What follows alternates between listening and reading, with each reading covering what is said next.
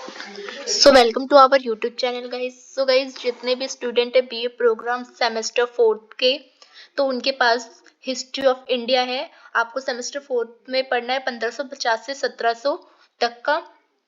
तो हम आज जो भी सेमेस्टर 4 के स्टूडेंट है जो कि एनईपी के तहत हैं, तो उनका आज हम हिस्ट्री ऑफ इंडिया का यूनिट नंबर फर्स्ट करने जा रहे हैं।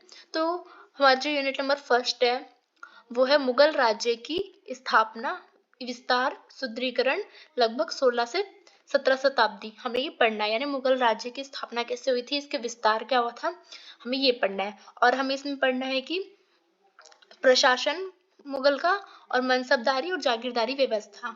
तो आज हम इसका पार्ट 1 करेंगे, जिसमें हम ये वाला कवर कर लेंगे, मुगल राज्य की स्थापना और विस्तार। अब हम नेक्स्ट वीडियो में प्रशासनिक संरचनाएं और मनसबदारी और जागीरदारी करेंगे। तो चलिए स्टार्ट करते हैं आज की हमारी वीडियो। तो वीडियो स्टार्ट करने से पहले अगर आप हमारे चैनल पर नए आए हो तो नीचे दिए गए बेल आइकन को दबा के चैनल को सब्सक्राइब कर दीजिए, जिससे सारी नोटिफिकेशन आपके पास जल्द से जल्द पहुंच जाए। साथ ही आप हमारे टेलीग्राम चैनल पर भी जुड़ सकते हैं, जहां आपको सारी नोटिफिकेशन प्रोवाइड कर दी जाएगी। तो चलिए स्टार्ट करते हैं आज की हमारी वीडियो। तो वीडियो स्टार्ट करने से पहले अगर आपको ये पीडीएफ भी चाहिए तो आप डिस्क्रिप्शन में इसका लिंक मिल जाएगा, वहां से आप डाउनलोड कर सकते हैं। अगर आपसे वहां से डाउनलोड नहीं हो रहा तो आप पर्सनली मैसेज करके आप 10 रुपीज़ में पीडीएफ ले भी सकते हैं। आप टेलीग्राम पे पर्सनल मैसेज करोगे, आपको पर्सनल डाउनलोड हुआ हुआ आपको मिलेगा पीडीएफ। तो चलिए स्टार्ट करते हैं आज की हमारी वीडियो। तो हम करेंगे पार्ट 1 यूनिट फर्स्ट का, जो कि मुगल राज्य की स्थापना और विस्तार। तो मुगल राज्य की स्थापना और विस्तार, ठीक है। तो सबसे पहले जानते हैं बेसिक बात है कि मुगल राज्य की स्थापना हुई कैसे थी। थोड़ा उससे पहले का थोड़ा इतिहास जानते हैं। तो इससे पहले दिल्ली सल्तनत चल रहा था, आप लोगों ने पढ़ा होगा थर्ड सेमेस्टर में। तो दिल्ली सल्तनत का अंतिम जो शासक था लोधी वंश का इब्राहिम लोधी, आपने पढ़ा होगा। तो इब्राहिम लोधी जो था उसकी लड़ाई हुई थी 1526 में बाबर से। इब्राहिम लोधी और बाबर, तो इब्राहिम लोधी को हरा दिया था किसने, बाबर ने। उस लड़ाई को कहते हैं 1526 में जो हुआ था पानीपत। तो यानी पानीपत का जो प्रथम युद्ध हुआ था उसमें बाबर वर्सेस इब्राहिम लोधी में क्या हुआ था, युद्ध हुआ था। उसमें बाबर ने इब्राहिम लोधी को हरा दिया था, और हराने के बाद क्या हुआ था, मुगल साम्राज्य की स्थापना हो गई थी। तो ऐसे मुगल राज्य की स्थापना हुई। तो मुगल जो थे वो कुचबेकिस्तान से आए थे। तो जो कुचबेकिस्तान है वहां से आए थे। कुचबेकिस्तान में जो फरगना है वहां का मुगल वहां से आए थे।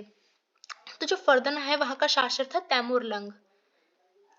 तो जो कि भारत में पहली बार आक्रमण तैमूरलंग ने भी किया कर चुके हैं। तो उसने पहला आक्रमण 1398 में किया था इसने। तो बाबर का जन्म जो है वो फरगना में ही हुआ था 14 फरवरी 1483 में। तो बाबर जहां का तैमूरलंग शासक था वहीं से आया था। तो जानते हैं बाबर का भारत आने का कारण क्या था, क्यों आया था बाबर भारत। तो बाबर को लूटने के लिए, भारत को लूटने के लिए बाबर आया था।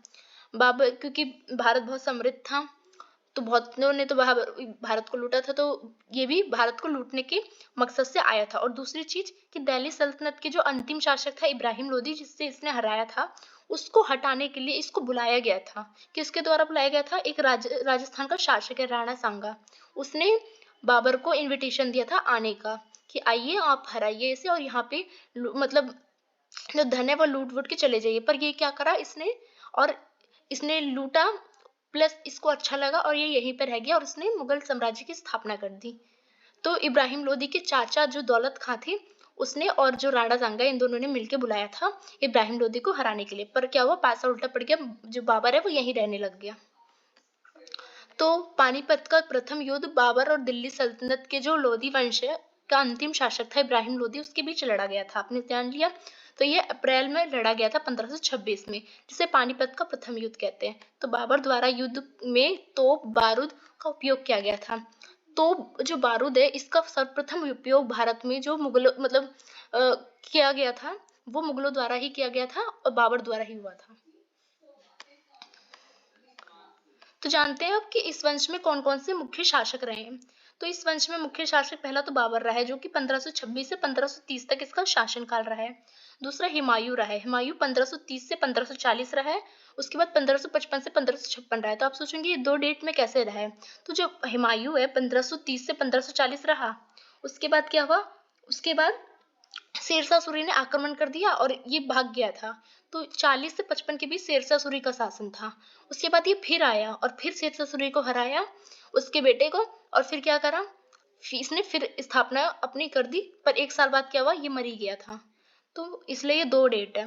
हुमायूं के बाद आया हुमायूं का बेटा अकबर। तो हुमायूं का बेटा अकबर जो है वो 1556 से 1605 तक इसका शासन रहा। फिर आया जहांगीर ने 1605 से 1627 तक शासन किया। फिर आया उसका बेटा शाहजहां ने 1628 से 1658 तक शासन किया। फिर शाहजहां का बेटा आया औरंगजेब, उसने 1658 से 1707 तक शासन किया। तो ये उसके मुख्य 5 जो शासक है। एक है लास्ट में बहादुर शाह जफर आता है, तो वो हमें पढ़ने की अभी इतनी जरूरत नहीं है, क्योंकि वो अंग्रेजों के टाइम पे जो लास्ट रूलर था वो इनका मुगल का। तो जानते हैं, सबसे पहले बाबर के युद्ध जान लेते हैं। बाबर के बारे में आपने जान लिया, बाबर का युद्ध जान लो। तो बाबर ने जो 4 युद्ध लड़े हैं भारत में, ठीक है। पहला पानीपत का प्रथम युद्ध 1526 में, जिसके द्वारा उसने इब्राहिम लोदी को हराया और क्या करा, मुगल राज्य की स्थापना की। दूसरा युद्ध उन्होंने मतलब सारे युद्ध उसने एक साल, आपको याद करना बहुत ईजी है, 1526, 27, 28, 29, यानी एक साल बाद ही किया है। आपको नंबर याद करने की जरूरत ही नहीं पड़ेगी, बस एक याद कर लोगे तो आप अगले साल करके याद कर लोगे। तो दूसरा युद्ध है खंडवा का युद्ध, जो कि 1527 में किया। तीसरा युद्ध किया उसने चंदेरी का युद्ध, जो कि 1528 में किया। और चौथा युद्ध करा घग्गर का युद्ध, जो कि 1529 में किया। फिर क्या हुआ, 1526 से 1530 तक इसका शासन हुआ और फिर उसकी मृत्यु हो गई 1530 में। और इसकी बारे में जो हमें जानकारी मिलती है वो बाबरनामा से मिलती है, जो कि इसकी जीवनी है। तो अब देखते हैं नेक्स्ट रूलर जो था वो है हुमायूं। तो हुमायूं का शासन 1530 से 1540 रहा। उसके बाद बीच में शेरशाह सूरी आ गया 40 से 55 तक। फिर ये आया हुमायूं और 55 से 56 तक इसने एक ही साल शासन किया, फिर इसकी मृत्यु हो गई थी। तो देखते हैं, मुगल का दूसरा शासक और बाबर का पुत्र था हुमायूं। 1530 से 1540 तक इसने शासन किया था फर्स्ट बार। तो चौसा के युद्ध में क्या हुआ था, शेरशाह सूरी ने हुमायूं को हरा दिया था। तो चौसा का युद्ध इसने लड़ा था 1539 में। तब क्या हुआ था, शेरशाह सूरी ने बाबर इसको हुमायूं को हरा दिया था, हुमायूं यहाँ से भाग गया था। फिर ये यहाँ पे शेरशाह सूरी का शासन हो गया था 1540 से 1555 तक। फिर क्या हुआ, 1555 में हुमायूं वापस आया, फिर आ गया। फिर इसने सरहिंद का युद्ध लड़ा, जो कि 1555 में। उस युद्ध में सूरी जो का बेटा था शेरशाह सूरी का, सिकंदर, उससे हुमायूं ने जीत लिया। और जीत तो लिया, पर ये इतना बदनसीब था कि अगले साल ही इसकी मृत्यु हो गई।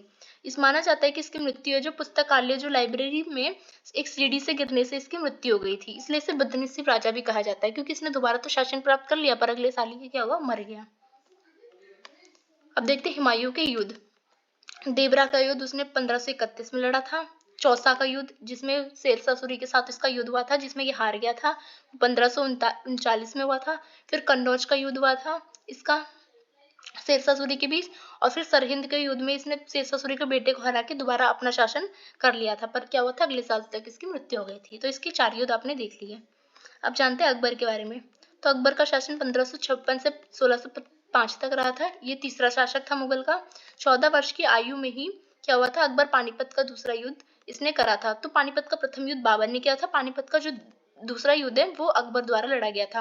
अकबर का फर्स्ट युद्ध था ये। तो 1526 में ये तो बच्चा ही था, पर बहरम खां जो थे, इसका क्या था, सेनापति था, उसके नेतृत्व में ये युद्ध लड़ा गया था। तो बहरम खां ही युद्ध लड़ता था बेसिकली। तो अकबर वैसे हेमू में हुआ था, कहने को तो अकबर वैसे हेमू में है, पर ये बहरम खां ने किया था, क्योंकि अकबर उस समय छोटा बच्चा था, 14 साल का। तो सूरी का सेनापति था हेमू, उससे इसकी लड़ाई हुई थी। उनके पास 1500 हाथी थे, सेना बहुत ज्यादा मजबूत सेना थी अकबर से। पर क्या हुआ, एक दुर्भाग्यपूर्ण एक घटना हो गई, उसके आंख में एक तीर लग गया। सूरी का जो सेनापति था हेमू, इससे क्या हुआ, वो युद्ध हार गया और बाबर जीत गया, यानी जो है ये जीत गया। तो इस विजय के बाद ही दिल्ली और आगरा अकबर के अधिकार में आ गए थे। दिल्ली मुगलों का कब्जा हो गया था। उस समय दिल्ली और आगरा पे क्या हुआ था, उधर से पश्चिम की तरफ से बढ़ रहे थे, तो पश्चिम की तरफ बढ़ते बढ़ते इधर इनका अधिकार अब दिल्ली और आगरा पे भी हो गया था। यानी इस चैप्टर में हमें क्षेत्र विस्तार भी पढ़ना है, तो क्षेत्र विस्तार भी होने लगा था अकबर के टाइम से ही। उसके बाद अकबर के कुछ सरदारों और जो धायमा थी अकबर की, जिसे महामंगा कहते हैं, उसने अकबर को बहरम खां के विरुद्ध भड़का दिया था। जो अकबर की धायमा थी वो अपने बेटे को बनाना चाहती थी तख्ते पर। तो क्या हुआ, ये बहरम खां जो है ये बहुत अच्छा आदमी था और ये अकबर की रक्षा भी करता था, यही युद्ध लड़ता था। पर महामंगा और कुछ जो लोग थे उन्होंने अकबर को बहरम खां के विरुद्ध भड़का दिया था, जिससे क्या हुआ, अकबर ने बहरम खां को क्या करा, निरस्त कर दिया और मक्का भेजने का आदेश दे दिया। तो मक्का ही जा रहा था ये जो बहरम खां है। पर 1561 में क्या हुआ, पाटन नामक एक जगह है, तो लोहानी अफगानी मुबारक खां, लोहानी अफगानी एक व्यक्ति था, जो कि लोहानी का अफगानी व्यक्ति था। मुबारक खां ने उस व्यक्ति को पर्सनली दुश्मनी के कारण क्या करा, मार दिया था। उसके बाद साम्राज्य विस्तार देखते हैं अकबर का। तो मलवा के विरुद्ध अभियान से लेकर असीगढ़ के पतन तक 4 दशकों तक के दौरान क्या हुआ, इसने बहुत सारे साम्राज्य विस्तार किए। तो पहला देखते हैं कि साम्राज्य विस्तार में इसने मलवा का विजय किया 1561 में। सर्वप्रथम अकबर ने 1561 से 1562 में मालवा उसके शासक को हराया। उसका शासक था वहां पे शासक कर रहा था शासक बाज बहादुर। तो बाज बहादुर को मुगल साम्राज्य में इसने मिला लिया।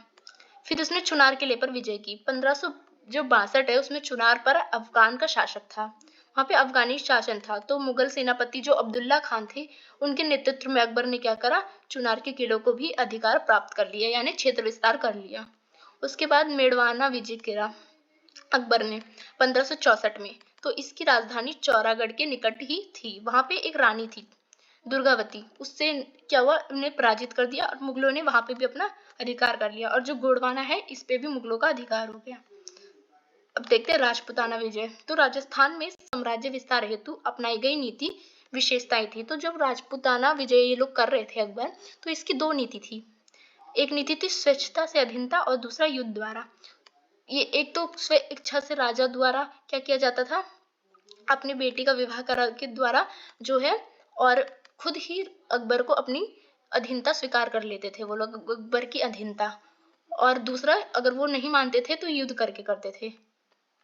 तो आमेर विजय हुआ था फर्स्ट 1562 में। यह पहला राजपूत विजय था, जो कि भारमल जो था 1562 में, इसने स्व इच्छा से अकबर की अधीनता स्वीकार कर ली थी और उसकी पुत्री थी जो जोधा भाई, उससे अकबर का विवाह करा दिया था। तो अकबर ने भारमल के पुत्र जो है भगवान दास और मानसिंह, उसको एक उच्च पद प्रदान भी किया था अपने दरबार में। तो अकबर के दरबार में राजपूतों को भी बहुत बड़े बड़े पद थे, क्योंकि उन्होंने इसकी अधीनता स्वीकार कर ली थी। दूसरा था मेवाड़ अभियान। तो 1567 में क्या हुआ, अकबर ने चित्तौड़ पर आक्रमण कर उसे जीत लिया और उदय सिंह भाग गया वहां से। वहां का राजा था उदय सिंह।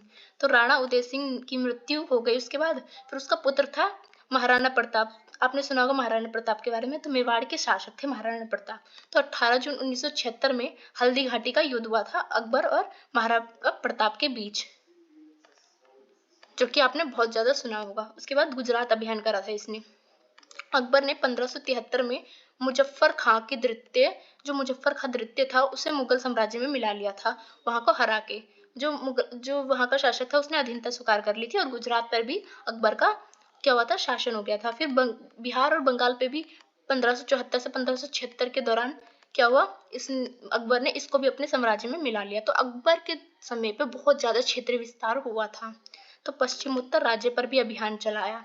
इसके बाद अकबर ने पश्चिम उत्तर जो है, यानी जो पाकिस्तान के एरिया है, काबुल, कश्मीर, गांधार, सिंध, बलूचिस्तान, इन सब पे भी क्या हुआ, अकबर का अधिकार हो गया। तो बहुत ज्यादा क्षेत्र विस्तार हुआ था। फिर दक्षिण भारत पे भी इन्होंने बहुत सारे अभियान करे। अकबर का पहला मुगल शासक था अकबर, जिसने दक्षिण भारत पर अभियान शुरू करा था, मतलब मुगल में। तो 1591 में खानदेश पर आक्रमण कर अली खान ने क्या किया था, खुद ही अपने अधीनता स्वीकार कर ली थी अकबर के अधीन में और अकबर को अपना राज्य सौंप दिया था। फिर 99 में क्या हुआ था, दौलताबाद पे भी अकबर का अधिकार हो गया था, मुगल शासक का अधिकार हो गया था। 1600 में अहमदनगर में चांदी बीबी जो थी, उसको हरा दिया था। चांदी बीबी कौन थी, निजाम सुना होगा आपने, जो बहमी साम्राज्य था उसकी पुत्री थी, निजाम की पुत्री, उसको हरा के क्या हुआ था, उसके भी अपने अधीन कर लिया था। फिर 1601 में अरसीगढ़ का किला है, उस पे भी इसने अभियान चलाया था और 1605 में इसकी मृत्यु हो गई थी। यानी सबसे ज्यादा क्षेत्र विस्तार अकबर के टाइम पे हुआ था। उसके बाद आया था नेक्स्ट शासन जहांगीर। तो जहांगीर ने 1605 से 1627 तक इसका शासन था। ये अकबर का पुत्र था। इसका जन्म फतेहपुर सीकरी में हुआ था। सिख के 5वें गुरु जो थे जो अर्जुन देव, तो इसको फांसी दी थी इसी ने, जहांगीर ने। जहांगीर कौन था? सलीम। तो उन्होंने न्याय के लिए आगरा के किले में जंजीर ए आदिल की स्थापना भी की थी। उसके बाद क्या हुआ, जो सिख गुरु जो थे उसको अर्जुन देव राय, पांचवे गुरु, उसको भी जहांगीर ने ही फांसी दी थी। और जहांगीर के टाइम पे सबसे जो चरम पे था वो चित्रकला थी, यानी जहांगीर के टाइम पे सबसे ज्यादा जो चरम पे इसके काल में था वो चित्रकला, इसके काल में चित्रकला का बहुत ज्यादा विकास हुआ था। उसके बाद आता है शाहजहां। शाहजहां का शासन था 1628 से 1658 तक। इसका जन्म 5 जनवरी 1952 में लाहौर में हुआ था। इसकी माँ मुरवाड़ राजपूत की थी, मतलब राजपूताना थी इसकी माँ। जगत गोसनी कहा जाता था उन्हें। इस और शाहजहां के टाइम पे, जहांगीर के टाइम पे चित्रकला था, तो शाहजहां के टाइम पे वास्तुकला बहुत ज्यादा फेमस थी, यानी आर्किटेक्चर। शाहजहां ने लाल किला बनवाया था, जामा मस्जिद बनवाया था, मोती मस्जिद बनवाया था, मयूर सिंहासन। मयूर सिंहासन वो है जो लाल किले में आपको दिखेगा, जिसपे शाहजहां बैठा करता था। इसी में कोहिनूर का हीरा लगाया गया था। तो 1531 में ताजमहल बनवाया उसने, ताजमहल भी बनवाया। दीवाने आम, आप दीवाने खास आप लाल किला में देखोगे, ये भी शाहजहां द्वारा ही बनाया गया था। देवराय का युद्ध हुआ था दारा सिको और औरंगजेब के बीच। तो 1659 है, उसमें क्या हुआ था, औरंगजेब ने अपने ही भाई, इसका ही भाई था, शाहजहां का बेटा था औरंगजेब और दारा सिको, तो औरंगजेब ने दारा सिको को मार दिया था और गद्दी प्राप्त कर ली थी। तो नेक्स्ट शासन है औरंगजेब।